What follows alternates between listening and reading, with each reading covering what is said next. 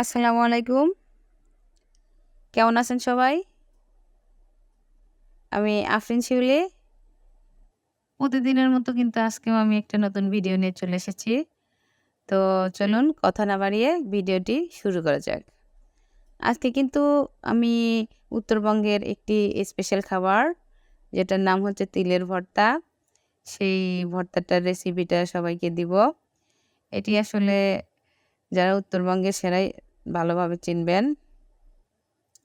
তো দেখুন এখানে দেখতে পাচ্ছেন এগুলো তিল। আমি ১ম এ একটা তাওয়া গরম করে তিলগুলো কিন্তু অবশ্য খোসা ছাড়ানো তিলগুলোও সুন্দর করে ভেজে নিয়েছি। তারপরে দিয়ে দিয়েছি কিছু কাঁচামরিচ। দেখুন আমি কিন্তু অনেক সুন্দর করে কাঁচামরিচগুলো ভেজে নিচ্ছি। আমি কাঁচামরিচগুলোও কিন্তু অনেক সুন্দর করে চেপে ভেজে নিব। যেন কাঁচামরিচের মধ্যে কোনো পানি না থাকে। আর মরিচগুলো কিন্তু অনেক সুন্দর করে ভাজা হয়ে যাচ্ছে দেখুন।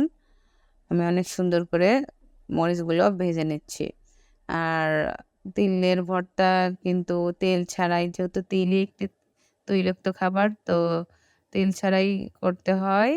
তো এরপরে আমি দিয়ে দিয়েছি রসুন এবং পেঁয়াজ। দেখুন পেঁয়াজগুলো কিন্তু একটু মোটা করে আমি অর্ধেক করে কেটে নিয়েছি। কারণ এগুলো শুধু কাঁচা গন্ধটা চলে যাওয়ার জন্য ভাজা হচ্ছে। এগুলো পেঁয়াজটা সিদ্ধ করার জন্য না। আর রসুনটাও কিন্তু সেরকম। তারপরে দেখুন আমি আ শিলপাটা আমাদের উত্তরবঙ্গে এটাকে শিলপাটা বলে। তো অনেক জায়গায় শিলনোড়াও বলে। তো অনেক অঞ্চলে অনেক নামে এটাকে ডাকে। তো আমাদের এখানে শিলপাটা বলে। আমি কিন্তু বাছা তিলগুলো সুন্দর করে শিলপাটাতে বেটে নিচ্ছি। দেখুন আমি কিন্তু অনেক সুন্দর করে বেটে নিচ্ছি যেন তিলগুলো অনেক মিহি হয়। তারপরে কিন্তু দেখুন আমি ভাজা পেঁয়াজ, রসুন, কাঁচামরিচ নিয়ে এসেছি। তারপরে আমি কিন্তু মরিচের মধ্যে পরিমাণ মতো লবণ দিয়ে মরিচটা সুন্দর করে বেটে নিচ্ছি। এভাবে সুন্দর করে কাঁচামরিচ লবণ দিয়ে বাটতে একটু সুবিধা হয়। যেহেতু মরিচটা ভাজা হয়েছে, একটু টাইপের হয়ে গেছে। তারপরে দেখুন আমি রসুনের গালাগুলো দিয়ে দিচ্ছি। রসুনের গালাগুলোও কিন্তু হালকা করে ভেজে নিয়েছি যেন কাঁচা গন্ধটা চলে যায়। দেখুন আমি কিন্তু অনেক মিহি করে বেটে নিয়েছি। তারপরে দিলাম পেঁয়াজ। পেঁয়াজগুলো কিন্তু আমি মিহি করে বাটবো না। এটা থেতো করে দেবো দেখুন। হালকা করে ভাঙা মানে থেতো করে দিচ্ছি দেখুন। আ এভাবে পেঁয়াজগুলো দিলে কি হবে? মানে খাবার সময় পেঁয়াজটা মুখে আসবে, অনেক বেশি মজা লাগবে। আর পেঁয়াজটা মিহি করলে অতটা পেঁয়াজের স্বাদটা বোঝা যাবে না। সেটা তো মানে তিলের সাথে রসুনের সাথে মিশে যাবে।